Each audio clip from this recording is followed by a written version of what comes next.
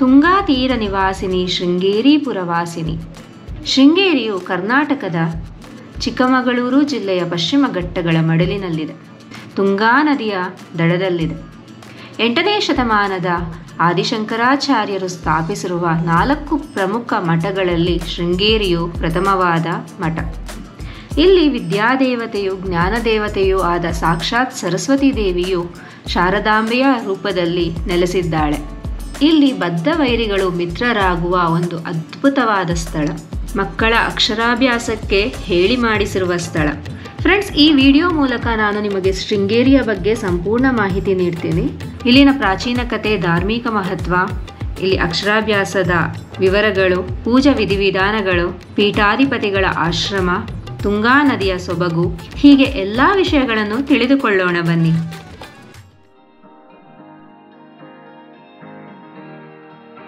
Friends, ಹೊರನಾಡುವಿಂದ ಹೊರಟ್ವಿ ಶೃಂಗೇರಿ ಕಡೆಗೆ. ಶೃಂಗೇರಿಗೆ ಹೋಗೋದಕ್ಕೆ 2 ರೂಟ್ಸ್ ಇದೆ ಇಲ್ಲಿಂದ.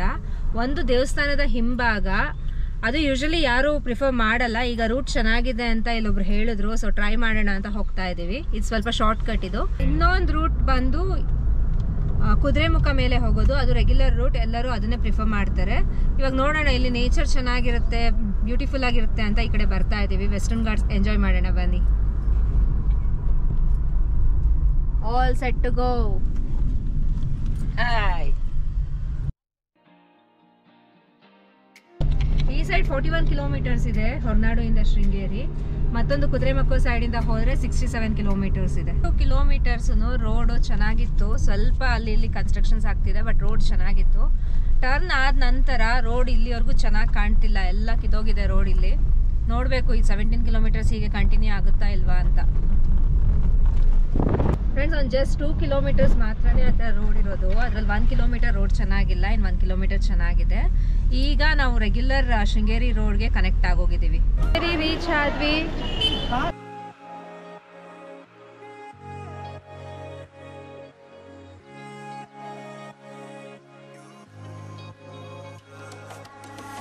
ಶೃಂಗೇರಿಯ ರಾಜಗೋಪುರ.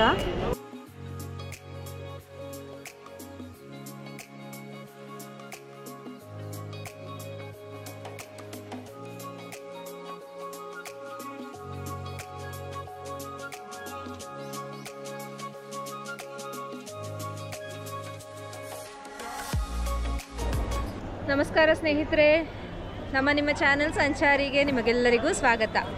ತುಂಗಾ ತೀರ ನಿವಾಸಿನಿ ಶೃಂಗೇರಿ ಪುರವಾಸಿನಿ ಶಾರದಾ ದೇವಿ ನೆಲೆಸಿರುವ ಈ ಸ್ಥಳಕ್ಕೆ, ಪುಣ್ಯ ಸ್ಥಳಕ್ಕೆ ನಿಮಗೆಲ್ಲರಿಗೂ ಸ್ವಾಗತ. ಶ್ರೀ ಜಗದ್ಗುರು ಶಂಕರಾಚಾರ್ಯರು ಸ್ಥಾಪಿಸಿರುವ ಪೀಠ ಇದು. ಇದ್ರ ಬಗ್ಗೆ ಮತ್ತಷ್ಟು ಮಾಹಿತಿ ತಿಳಿಸ್ತೀನಿ, ಬನ್ನಿ ನೋಡೋಣ.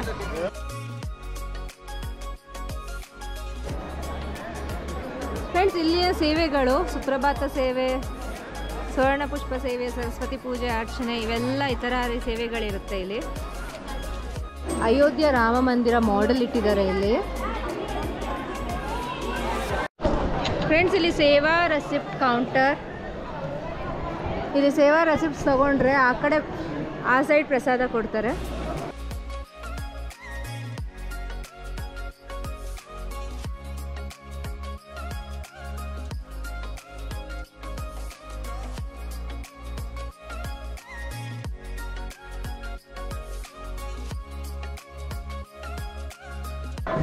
ಅರ್ಚನೆ, ಕುಂಕುಮ ಮತ್ತು ಪ್ರಸಾದ 2 ಸಿಗುತ್ತೆ. ನಾನು 100 ರೂಪೀಸ್ ಟಿಕೆಟ್ ತೊಗೊಂಡೆ, ಇನ್ಕ್ಲೂಡಿಂಗ್ ಪ್ರಸಾದ. ಶೃಂಗೇರಿಯಲ್ಲಿ ಸಹ ಮಳ್ಳಕ್ಕಿ ಕೊಡ್ತಾ ಇದ್ದೀನಿ. ಸ್ಯಾರಿಗೆ ಇಲ್ಲಿ ಬಿಲ್ ಹಾಕಿಸ್ಕೊಂಡು ಒಳಗಡೆ ಹೋಗಬೇಕು.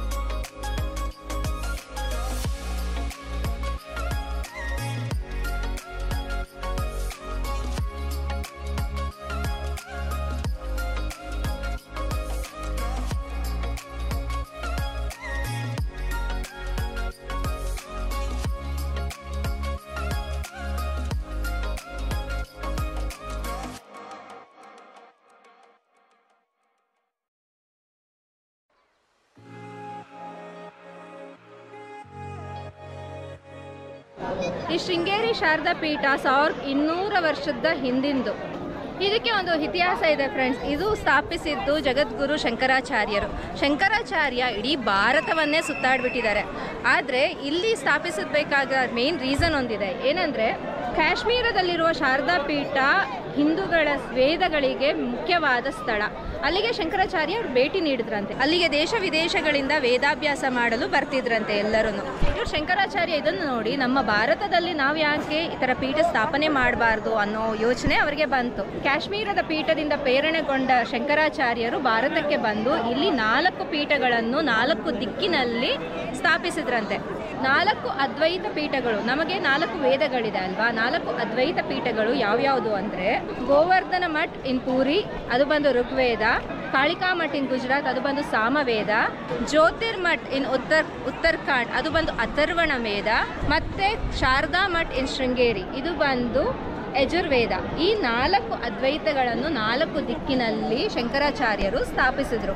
ಆದರೆ ಇಲ್ಲಿನ ವಿಶೇಷತೆ ಏನು ಅಂದರೆ ಶೃಂಗೇರಿ ಶಾರದಾ ಮಠನೇ ಮೊದಲನೇದಾಗಿ ಶಂಕರಾಚಾರ್ಯರು ಸ್ಥಾಪಿಸಿದ ಮಠ. ಅದಕ್ಕೂ ಒಂದು ಹಿನ್ನೆಲೆ ಕಥೆ ಇದೆ, ನಾನು ನಿಮಗೆ ತಿಳಿಸ್ಕೊಡ್ತೀನಿ ಫ್ರೆಂಡ್ಸ್. ಇದು ಶಂಕರಾಚಾರ್ಯರವರ ದೇವಸ್ಥಾನ ಸನ್ನಿಧಿ. ಫ್ರೆಂಡ್ಸ್, ಶಂಕರಾಚಾರ್ಯರು 32 ವರ್ಷ ಬದುಕಿದ್ರು. ಅದರಲ್ಲಿ 12 ವರ್ಷಗಳ ಕಾಲ ಅವರು ಶೃಂಗೇರಿನಲ್ಲೇ ನೆಲೆಸಿದ್ರಂತೆ. ಸೊ ಇದು ಅಷ್ಟು ಪವಿತ್ರವಾದ ಸ್ಥಳ. ಹಾಗೂ ಇಲ್ಲಿ ಶಾರದಾ ದೇವಿನ ಸ್ಥಾಪನೆ ಮಾಡೋದಕ್ಕೂ ಒಂದು ಮುಖ್ಯವಾದ ರೀಸನ್ ಇದೆ ಫ್ರೆಂಡ್ಸ್. ಒಮ್ಮೆ ಶಂಕರಾಚಾರ್ಯರು ಸರಸ್ವತಿ ದೇವಿ ಹತ್ರ ಹೋಗಿ ನೀವು ನನ್ನೊಡನೆ ಶೃಂಗೇರಿಗೆ ಬಂದು ನೆಲೆಸಬೇಕು ಅಂತ ಕೇಳಿದ್ರಂತೆ. ಆಗ ಸರಸ್ವತಿ ದೇವಿಯು ಒಂದು ಕಂಡೀಷನ್ ಹೇಳಿದ್ರು, ನಾನು ಕೇಳುವ ಎಲ್ಲ ಕ್ವಶನ್ಸ್ಗೂ ನೀವು ಆನ್ಸರ್ ಮಾಡಿದ್ರೆ ಮಾತ್ರ ನಾನು ನಿಮ್ಮೊಡನೆ ಶೃಂಗೇರಿಗೆ ಬರ್ತೀನಿ ಅಂತ. ಅದೇ ರೀತಿ ಶಂಕರಾಚಾರ್ಯರು ಸರಸ್ವತಿ ದೇವಿ ಕೇಳಿರೋ ಎಲ್ಲ ಪ್ರಶ್ನೆಗಳಿಗೂ ಉತ್ತರ ಕೊಟ್ರಂತೆ. ಅದಕ್ಕೆ ಮೆಚ್ಚಿದ ಸರಸ್ವತಿ ದೇವಿಯು ಇಲ್ಲಿ ಬಂದು ಶಾರದಾ ದೇವಿಯಾಗಿ ನೆಲೆಸಿದ್ರು. ಇದು ಇಲ್ಲಿನ ಹಿನ್ನೆಲೆ. ಇಲ್ಲಿ ಶಾರದಾ ಮಾತೆಯು 4 ಬಾಹುಗಳನ್ನು ಹೊಂದಿದ್ದಾರೆ. ಪದ್ಮಾಸನ ಸ್ಥಿತಿನಲ್ಲಿ ಕೂತಿದ್ದಾರೆ. ತುಂಬ ಚೆನ್ನಾಗಿದೆ. ಅಮ್ಮನೇ ಬಂದು ಕೂತಿರೋ ಹಾಗೆ ಕಾಣುತ್ತೆ ನಮಗೆ ನೋಡಿದ್ರೆ. ನವರಾತ್ರಿಯಲ್ಲಂತೂ ವಿಶೇಷವಾದ ಅಲಂಕಾರ ನಡೆಯುತ್ತೆ ಫ್ರೆಂಡ್ಸ್. ಇಲ್ಲಿ 9 ದಿನ 9 ರೀತಿಯ ಅಲಂಕಾರ ತಾಯಿಯವರಿಗೆ ಮಾಡ್ತಾರೆ. ಆಮೇಲೆ ನೀವು ಶುಕ್ರವಾರ ದರ್ಶನಕ್ಕೆ ಬಂದರೆ ವೀಣೆ ಸಮೇತ ಅಮ್ಮನನ್ನು ನೋಡ್ಬೋದು. ಬರೀ ಶುಕ್ರವಾರ ಮಾತ್ರ ವೀಣಾಲಂಕಾರ ಇರುತ್ತೆ. ಮಿಕ್ಕಿರೋ ದಿನ ವೀಣೆ ಏನೂ ಇರಲ್ಲ. ನಾರ್ಮಲ್ ಆಗಿ ದೇವರು ಪದ್ಮಾಸನದಲ್ಲಿ ಕೂತಿದ್ದು ಅಭಯ ಹಸ್ತದಿಂದ ಇರ್ತಾರೆ. ಫ್ರೆಂಡ್ಸ್, ಇಲ್ಲಿ ಅಕ್ಷರಾಭ್ಯಾಸಕ್ಕೆ ಪ್ರಮುಖ ಸ್ಥಾನ ಇದೆ. ಇಲ್ಲಿ ಬಂದು ಮಕ್ಕಳಿಗೆ 2.5 ವರ್ಷ 3 ವರ್ಷ ಮಕ್ಕಳಿಗೆ ಅಕ್ಷರಾಭ್ಯಾಸವನ್ನು ಮಾಡಿಸ್ತಾರೆ. ಇಲ್ಲಿ ಅಕ್ಷರಾಭ್ಯಾಸ ಮಾಡೋದ್ರಿಂದ ಅವ್ರ ಬುದ್ಧಿವಂತಿಕೆ ಹಾಗೂ ಜ್ಞಾಪಕ ಶಕ್ತಿ ಹೆಚ್ಚಾಗುತ್ತೆ ಅಂತ ನಂಬ್ತೀವಿ. ಸೊ ಅದರಿಂದ ಇಲ್ಲಿ ಅಕ್ಷರಾಭ್ಯಾಸಕ್ಕೆ ಬಹುಮುಖ್ಯ ಪ್ರಾಮುಖ್ಯತೆ ಇದೆ ಫ್ರೆಂಡ್ಸ್. ಇದು ಬಂದು ತೋರಣ ಗಣಪತಿ ದೇವಾಲಯ. ಫ್ರೆಂಡ್ಸ್, ದೇವಿಯ ಮೂಲ ವಿಗ್ರಹ ಬಂದು ಶ್ರೀಗಂಧದ ವಿಗ್ರಹ. ಅದು ಕಾಶ್ಮೀರಿಂದ ಶಂಕರಾಚಾರ್ಯರು ತಂದಿರೋ ವಿಗ್ರಹ ಅದು. ಫ್ರೆಂಡ್ಸ್, ಶೃಂಗೇರಿ ಅನ್ನೋ ಹೆಸರು ಏನಕ್ಕಾಗಿ ಇಲ್ಲಿ ಬಂದಿದೆ ಅಂತ ನಿಮಗೆ ಗೊತ್ತಿದೆಯಾ? ಶೃಂಗೇರಿ ಅಂದರೆ ಇಲ್ಲಿ ಗಿರಿಗಳು ಅಂದರೆ ಬೆಟ್ಟಗಳು ಹಸುವಿನ ಕೋಡಿನಂತಿದೆ. ಸೊ ಹಸುವಿನ ಕೋಡನ್ನು ಶೃಂಗ ಅಂತ ಹೇಳ್ತಾರಂತೆ. ಅದರಿಂದ ಇದಕ್ಕೆ ಶೃಂಗಗಿರಿ ಅಂತ ಹೆಸರು ಬಂತು. ಹೋಗ್ತಾ ಹೋಗ್ತಾ ಹೋಗ್ತಾ ಅದು ಶೃಂಗಗಿರಿ ಹೋಗಿ ಶೃಂಗೇರಿ ಆಗಿದೆ. ಅಮ್ಮ ನಿಂಗೆ ಜೋಕ್ ಹೇಳ.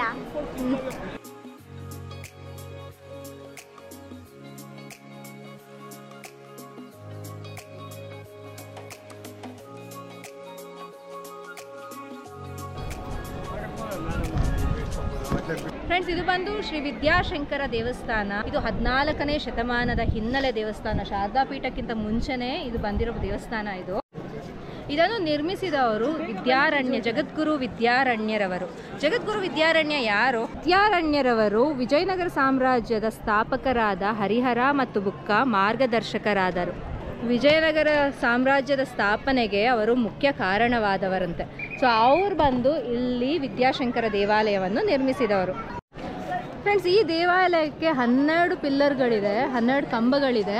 ಇಲ್ಲಿನ ವಿಶೇಷತೆ ಏನು ಅಂದರೆ ಸೂರ್ಯ ಯಾವ ರಾಶಿಯಲ್ಲಿರ್ತಾರೋ ಆ ರಾಶಿಯ ಕಂಬದ ಮೇಲೆ ಸೂರ್ಯನ ಪ್ರಥಮ ಕಿರಣಗಳು ಅದ್ರ ಮೇಲೆ ಬೀಳುತ್ತಂತೆ. ಅದೇ ಇಲ್ಲಿನ ವಿಶೇಷತೆ.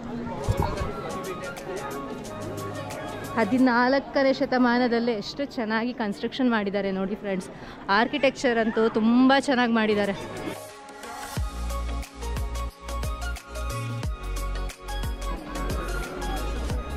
ಫ್ರೆಂಡ್ಸ್, ಇದು ಬಂದು ತುಂಗಾ ನದಿ.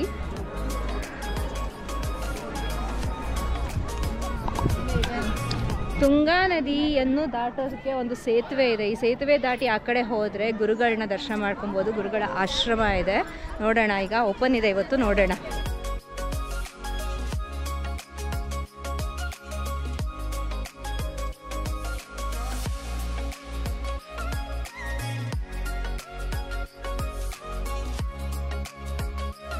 ಫ್ರೆಂಡ್ಸ್, ಅಲ್ಲೊಂದು ಹ್ಯಾಂಗಿಂಗ್ ಬ್ರಿಡ್ಜ್ ಇದೆ. ಮ್ಯಾಮ್, ಏನಿದೆ ಹ್ಯಾಂಗಿಂಗ್ ಬ್ರಿಡ್ಜ್ ಆ ಕಡೆ ಊರಿದೆ ಅಷ್ಟೇ. ಊರೇನಾ? ಅದು ಊರ್ ಜನಕ್ಕೋಸ್ಕರ ಮಾಡಿರೋದು. ಓ, ದಾಟೋದಕ್ಕೋಸ್ಕರ. ಓಕೆ. ಸೊ ತುಂಗಾ ನದಿ ದಾಟೋದಕ್ಕೋಸ್ಕರ, ಊರ್ ಜನಕ್ಕೋಸ್ಕರ ಹ್ಯಾಂಗಿಂಗ್ ಬ್ರಿಡ್ಜ್ ಮಾಡಿದಾರಂತೆ.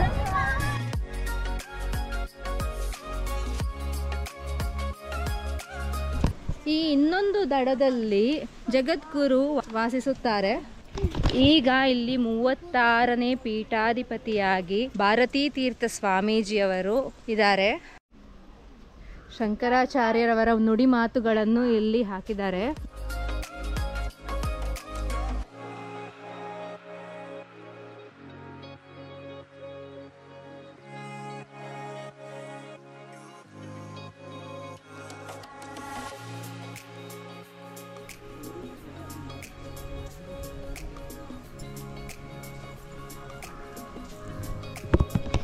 ಫ್ರೆಂಡ್ಸ್, ಈ ಕಡೆ ಇನ್ನೊಂದು ದಡದಲ್ಲಿ ಒಂದು ಪ್ರಪಂಚನೇ ಇದೆ. ಸೊ ನೋಡಿ, ಭಾರತೀ ತೀರ್ಥರವರು 1989ರಿಂದ ಇಲ್ಲಿವರೆಗೂ ಪೀಠಾಧಿಪತಿಗಳಾಗಿದ್ದಾರೆ. ನೆಕ್ಸ್ಟು ವಿಧುಶೇಖರ ಭಾರತಿಯವರು ಸಕ್ಸಸರ್ ಆಗಿ ರೆಡಿ ಇದ್ದಾರೆ.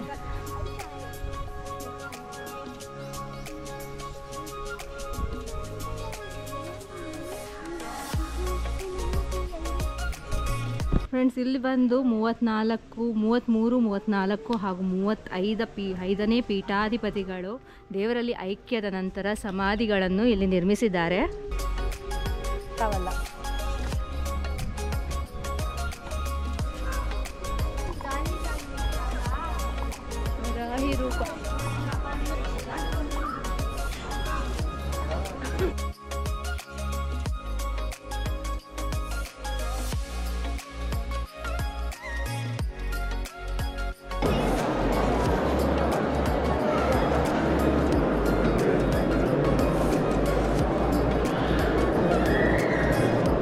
ಫ್ರೆಂಡ್ಸ್, ನಮಗೆ ಶ್ರೀ ವಿಧುಶೇಖರ ಭಾರತಿ ಸ್ವಾಮಿಯವರ ದರ್ಶನ ಆಯಿತು.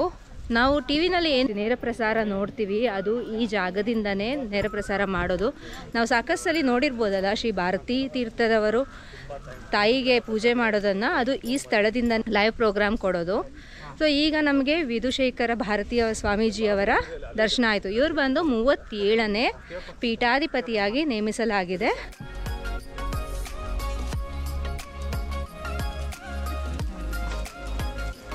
ಫ್ರೆಂಡ್ಸ್, ಎಲ್ಲ ದೊಡ್ಡವ್ರು ಹೇಳ್ತಾರಲ್ಲ, ದುಡ್ಡು ಯಾವಾಗಲಾದರೂ ಸಂಪಾದನೆ ಮಾಡ್ಬೋದು, ಬಟ್ ವಿದ್ಯೆ ಬರೋದಕ್ಕೆ ಪರ್ಟಿಕ್ಯುಲರ್ ಏಜ್ ಅನ್ನೋದಿರುತ್ತೆ. ವಿದ್ಯೆ ಎಲ್ಲರಿಗೂ ಅರ್ಥಲ್ವಂತೆ. ಅದಕ್ಕೆ ಸರಸ್ವತಿಯ ಕೃಪಾ ಕಟಾಕ್ಷೆ ನಮ್ಮ ಮೇಲೆ ಇರಬೇಕು ಅಂತ ಹೇಳ್ತಾರೆ. ಅದು ನಿಜಾನೇ ಅಲ್ವಾ? ಫ್ರೆಂಡ್ಸ್, ಸೇತುವೆಯನ್ನು ದಾಟಿ ಮತ್ತೆ ದೇವಾಲಯದ ಕಡೆಗೆ ಬಂದ್ವಿ. ಈಗ ತುಂಗಾ ನದಿಯನ್ನು ಹೋಗಿ ಸ್ಪರ್ಶಿಸಿ ಬರೋಣ.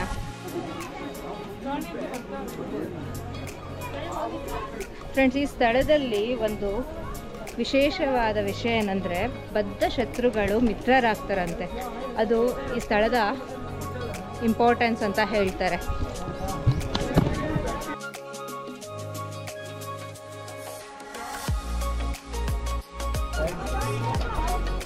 ಮುಂಚೆ ಇಲ್ಲಿ ನೀರಲ್ಲಿ ಇಳಿಯೋದಕ್ಕೆ ಬಿಡ್ತಿದ್ರು, ಅಂದರೆ ಸ್ನಾನ ಮಾಡೋದಕ್ಕಲ್ಲ, ಜಸ್ಟ್ ನೀರಲ್ಲಿ ಇಳಿಬೋದಿತ್ತು. ಈಗೆಲ್ಲ ಬ್ಯಾರಿಯರ್ಸ್ ಹಾಕ್ಬಿಟ್ಟಿದ್ದಾರೆ.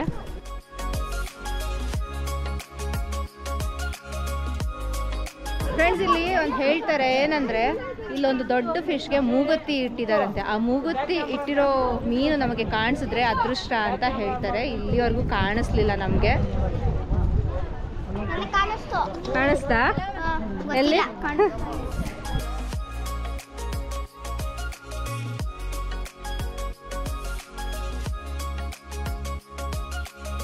ಎಲ್ಲರಿಗೂ ಫ್ರೆಂಡ್ಸ್, ನೀರು ಹೋಗಲಿ.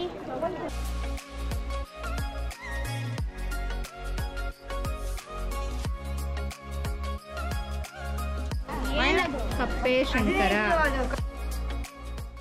ಫ್ರೆಂಡ್ಸ್, ಇಲ್ಲಿ ನೋಡಿ, ಕಪ್ಪೆಗೆ ಸರ್ಪ ಹೆಡೆ ಎತ್ತಿ ನೆರಳನ್ನ ಕೊಡ್ತಾ ಇರೋದು.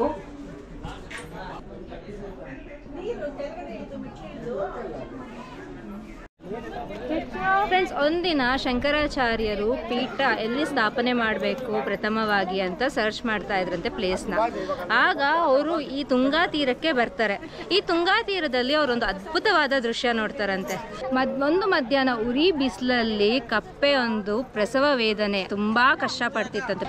ಇದಕ್ಕೆ ಒಂದು ಸರ್ಪ ಎಡೆಯನ್ನು ಎತ್ತಿ ಕಪ್ಪೆಗೆ ನೆರಳನ್ನು ಕೊಡುತ್ತಂತೆ. ಅಂದ್ರೆ ಈ ಜಾಗದ ಪ್ರತೀಕ ಏನು ಅಂದ್ರೆ ಕಪ್ಪೆ ಹಾಗೂ ಸರ್ಪ ಬದ್ಧ ಶತ್ರುಗಳಾದರೂ ಸಹ ಸರ್ಪ ಬಂದು ಕಪ್ಪೆಗೆ ನೆರಳನ್ನು ಕೊಡ್ತು. ಬತ್ತ ವೈರಿಗಳು ಮಿತ್ರರಾಗುವ ಈ ಪುಣ್ಯ ಸ್ಥಳ ತುಂಬಾ ಪವರ್ಫುಲ್ ಅಂತ ಶಂಕರಾಚಾರ್ಯರು ತಿಳ್ಕೊಂಡು ಈ ಜಾಗದಲ್ಲೇ ಪೀಠ ಸ್ಥಾಪನೆ ಮಾಡಿದ್ರು. ಇದು ಫ್ರೆಂಡ್ಸ್ ಇಲ್ಲಿನ ವಿಶೇಷತೆ. ಆದ್ರಿಂದಾನೇ ಪ್ರಥಮ ಪೀಠ ಇಲ್ಲಿ ಸ್ಥಾಪನೆ ಆಯ್ತು. ಬನ್ನಿ ವಾಪಸ್ ಹೋಗೋಣ.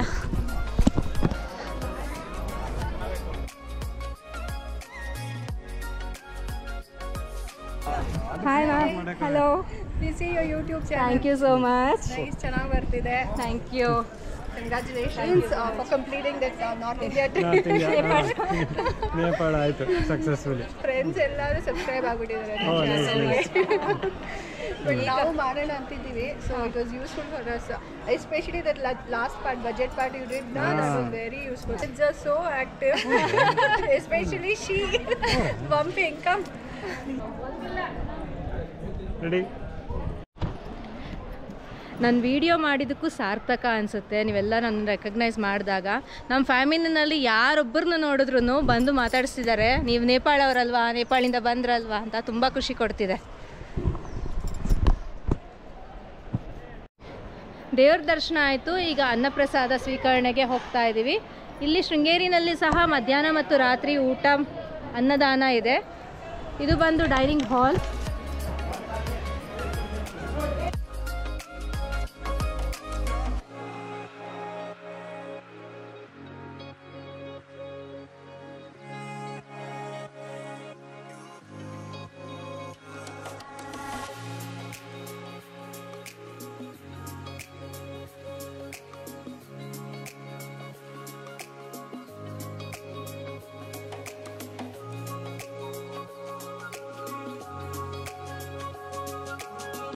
ಫ್ರೆಂಡ್ಸ್, ಇದು ಶೃಂಗೇರಿ ವಿಶೇಷತೆ. ಶಾರದಾಂಬೆಯ ದರ್ಶನ ಮಾಡಿಸಿದ್ವಿ, ವಿದ್ಯಾಶಂಕರನ ದರ್ಶನ ಮಾಡಿಸಿದ್ವಿ, ತುಂಗಾ ತೀರವನ್ನು ನೋಡಿದ್ವಿ, ಮಹಾಪೀಠಾಧಿಕಾರಿಗಳನ್ನು ನೋಡಿದ್ವಿ. ಸೊ ಇದೆಲ್ಲ ಆಯಿತು. ನಾವಿವಾಗ ಶೃಂಗೇರಿಯಿಂದ ಹೊರಗೆ ಹೋಗ್ತಿದ್ದೀವಿ. ನಿಮಗೆ ಈ ವಿಡಿಯೋ ಇಷ್ಟ ಆಗಿದೆ ಅಂತ ಅಂದ್ಕೊಳ್ತಿದ್ದೀನಿ. ದಯವಿಟ್ಟು ಸಬ್ಸ್ಕ್ರೈಬ್ ಮಾಡಿ, ಸ್ನೇಹಿತರೊಂದಿಗೆ ಹಂಚಿಕೊಳ್ಳಿ. ಇಲ್ಲಿಗೆ ನಾನು ಈ ವಿಡಿಯೋ ಮುಗಿಸ್ತಾ ಇದ್ದೀನಿ. ನಾನು ನಿಮ್ಮ ಸಂಚಾರಿ, ಬನ್ನಿ ಜೊತೆಗೆ ಮಾಡೋಣ ವಿಹಾರಿ. ಧನ್ಯವಾದಗಳು.